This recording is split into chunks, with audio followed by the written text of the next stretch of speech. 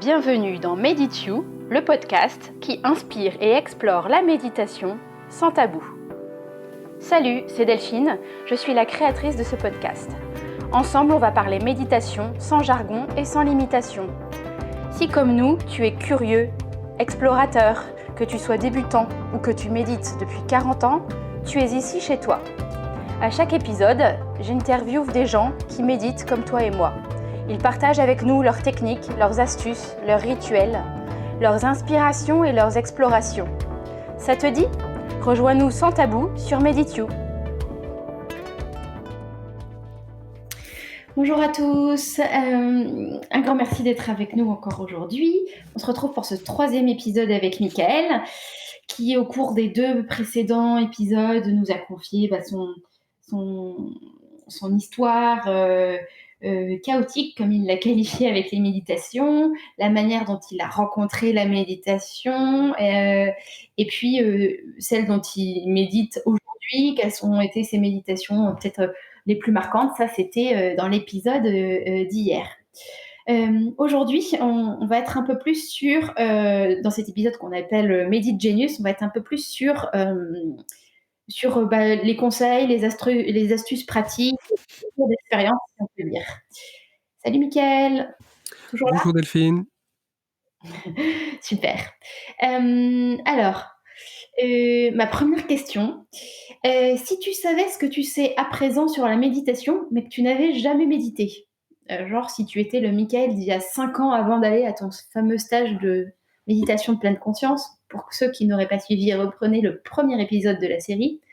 Si tu étais ce Mickaël-là, que tu savais tout ce que tu sais à présent et que tu voulais commencer à méditer, par où est-ce que tu commencerais maintenant pour te lancer ?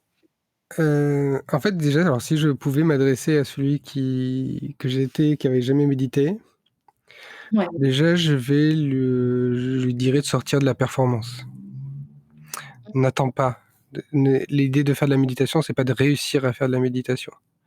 On est un peu conditionné à ça aujourd'hui. Et en fait, méditer, c'est pas réussir à méditer. C'est le faire, point. Il n'y a pas de réussir, pas réussir, bien faire, mal faire. Ça n'existe pas pour moi en méditation. C'est je le fais, point. Parfois, il y a des fois, on médite, c'est très calme, c'est très paisible, on est vraiment connecté à notre corps. Et puis, il y a des fois, c'est très agité. C'est difficile, c'est compliqué. Notre mental prend le dessus, et puis on revient encore, et puis il revient. Et c'est OK, en fait. Pour moi, tout est OK. Donc, c'est vraiment ce que je lui dirais, c'est tout est OK. Voilà, il n'y a pas de... Il n'y a pas de réussite, il n'y a pas de choses à faire. Après, si je lui conseillerais, pour moi, de l'époque, de commencer par une méditation, justement, ce serait peut-être par des méditations que j'appelais émotionnelles, donc plutôt des méditations bienveillance, compassion, amour, gratitude, qui sont justement où il y a quand même une intention. Donc, il y a quand même un mouvement, même si le mouvement il est lent, il est plutôt dans l'émotionnel. Et du coup, il est aussi entre la pleine conscience, puisqu'on est quand même aussi à l'écoute et vraiment dans le corps, puisqu'on est dans le ressenti de cette émotion. Donc, moi, c'est cette voie-là que je me conseillerais pour commencer. D'accord. Déjà parce que ça fait beaucoup de bien, parce que quand on fait 10 minutes et qu'on a fait un bain de 10 minutes dans de la gratitude ou dans de l'amour ou de la compassion, on se sent bien. On se sent vraiment très très bien. Donc il y a vraiment un effet très immédiat. Et quand on commence, peut-être justement pour commencer à amener vers la méditation, d'avoir quand même quelque chose et de répondre quand même à ses attentes. Je pense que ça peut être intéressant. D'accord, super. Et du coup, c'est sous la forme de méditation guidée, hein, on est d'accord ? Voilà, méditation guidée, exactement. Alors après, on peut le faire tout seul, mais quand on a l'habitude, mais au début, oui, en plus, voilà, c'est guidé. Donc c'est vraiment des méditations. On va d'abord se connecter à son corps, un peu plein de conscience. Et puis on va commencer à se connecter à une émotion, ou appeler une émotion, se rappeler d'un souvenir qui est dans cette émotion, et puis on va faire grandir cette émotion dans notre corps. Par exemple, c'est un exemple que je donne. On peut aussi la faire grandir après dans notre pièce, dans notre maison, sur toute la terre, dans tout l'univers, et d'être dans ce bain de cette émotion. C'est un exemple, il y a plein d'autres façons de le faire, évidemment. D'accord. Hem et est-ce qu'il y a d'autres conseils? Bon, ça, c'est ce que tu conseillerais à toi, parce qu'aussi tu te connais bien maintenant, au toi d'il y a 5 ans avant que tu engages cette pratique de la méditation. Est-ce qu'il y a d'autres conseils, que tu donnerais à des gens qui n'auraient pas Bah, de difficultés ou alors qui battent au début? justement, oui, ce serait, bah, un peu moins. Alors, c'est vrai qu'on a parlé beaucoup de chaotique mais c'est vrai que le mot explorative, m'allait bien aussi. C'est n'hésitez pas à explorer ce qui vous convient. Ne vous arrêtez pas à: «Tu ça, bah, ça m'a pas plu». OK, bah, c'est comme quand vous mangez, hein, si vous goûtez un aliment que vous n'aimez pas, vous allez pas arrêter de manger, en fait. Vous allez essayer un autre aliment. Bah, la méditation, on fait de la même chose, en fait, et peut-être qu'après, quelques mois après, quelques années après, vous allez revenir sur cette méditation qui vous a pas convenu, elle va vous convenir. Peut-être que juste vous étiez pas prêt, c'était pas le bon angle, c'était pas la bonne approche pour vous à ce moment-là. Donc explorez, testez des choses, et sortez de la réussite. Vraiment, il y a Mmh. plein de formes, il y a plein de choses, et puis ne vous forcez pas, la même chose, heu, c'est bien de méditer tous les jours, clairement, mais si vous le faites pas, c'est OK aussi, en fait. Il y a vraiment parfois cette obligation qu'on ressent, bah, si je me fais la méditation, c'est que je le fais tous les jours, quoi. Bah, Mmh. non, en fait, je le fais voilà, je mets en place une pratique comme je peux. Donc s'il y en a qui arrivent à le faire de suite, à se mettre en place tous les jours, même 5 minutes, super. Mais si vous y arrivez pas, super aussi. Moi, ça m'a pris, vraiment pour arriver à me mettre dans des périodes où je médite tous les jours, ça, j'allais dire, ça m'a pris 2 ans, 2-3 ans.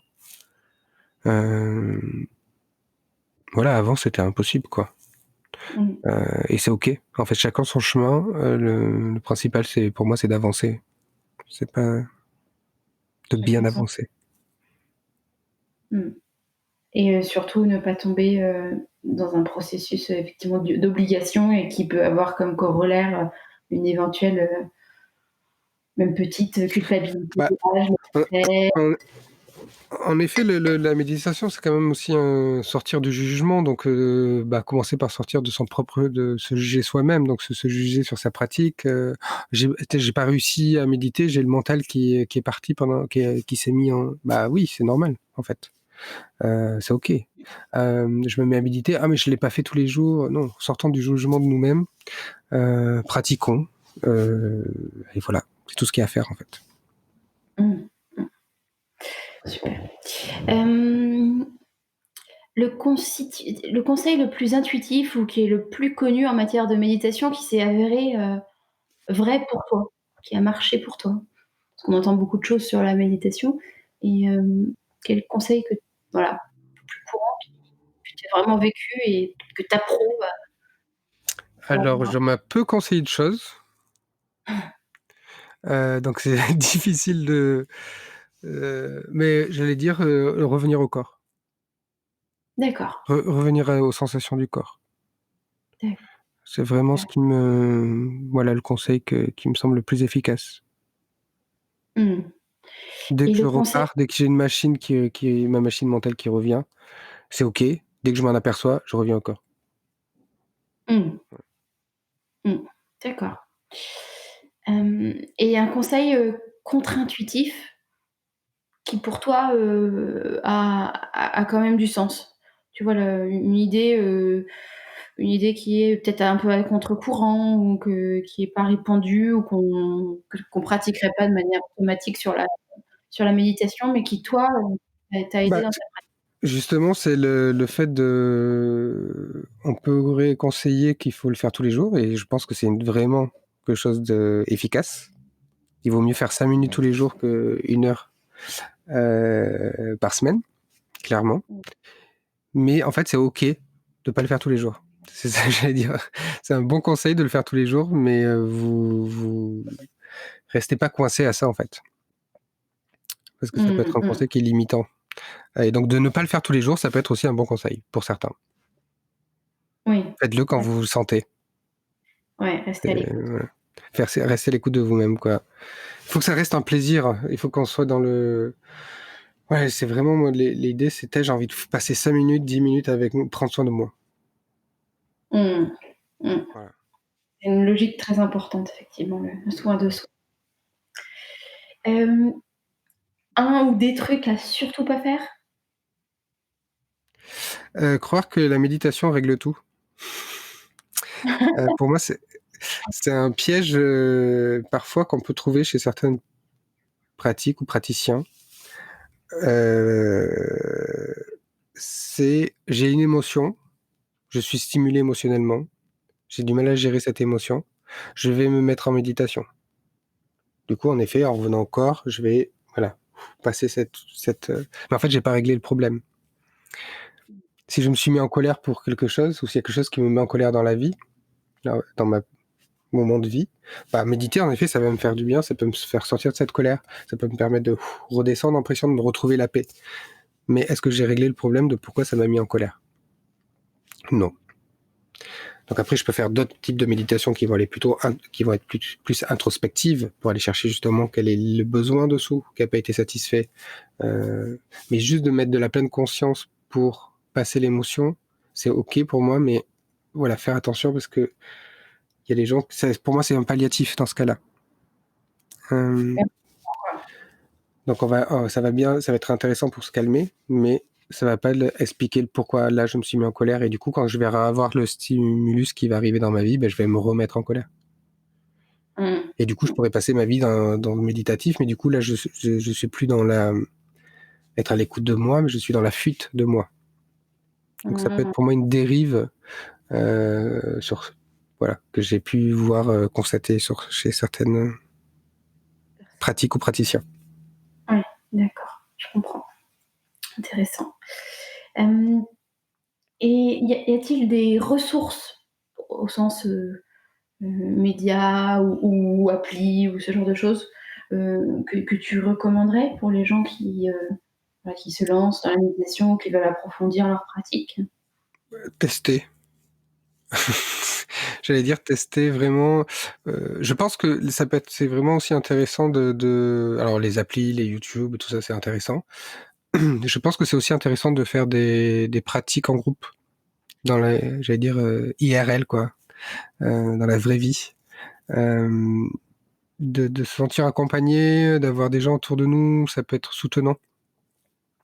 Mmh. Ouais, comme je disais, bah, moi d'avoir passé ce week-end-là, ça c'est dans un des épisodes précédents, mais où j'ai pratiqué la méditation pleine conscience, mais tout un week-end, bah, ça a été vraiment bénéfique et transformateur. Ouais. Donc de mettre ça aussi, voilà, c'est bien de le faire chez soi avec les outils, je vais dire, digitaux, mais c'est aussi bien de le concrétiser, voilà, dans des stages, dans des journées. Ça peut être juste des demi-journées. Il y a plein de soirées qui existent, soirées méditation avec différents formats. Donc voilà, tester ça aussi, ça peut être intéressant.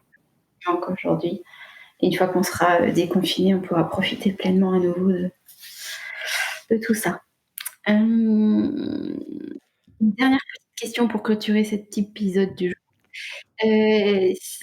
Si si la méditation était une potion magique, quel serait ton ingrédient secret pour lui donner une saveur, unique? L'amour, j'allais dire l'amour de soi. L'amour de soi. Faudrait vraiment ce que je partageais tout à l'heure, dans se dire: «Beh, je prends déjà ce temps pour moi», mais avec de le faire en conscience. C'est important, je suis important pour moi. J'ai envie de prendre soin de moi et là, l'acte que je vais faire, bah, c'est pour moi. C'est pour me faire du bien. D'être dans cette conscience-là et dans cette énergie-là, je pense que ça change beaucoup, notre pratique et pas: «Ah, il faut que je médite. Ah, je devrais méditer. Ce serait bien si je méditais», heu, ou ça m'apportait pour de la performance. «Ah ouais, je serais plus comme ça ou moins comme ça». Non, déjà juste de mettre de l'amour de soi, je pense, dans notre acte de méditation, voilà, je pense que c'est un ingrédient qui peut changer beaucoup de choses. Super.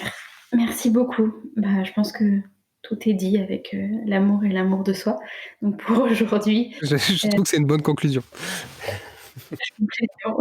Merci beaucoup. On se retrouve, demain, pour l'épisode bonus. Je ne vous en dis pas plus pour l'instant. Merci beaucoup, Mickaël. Merci à toi.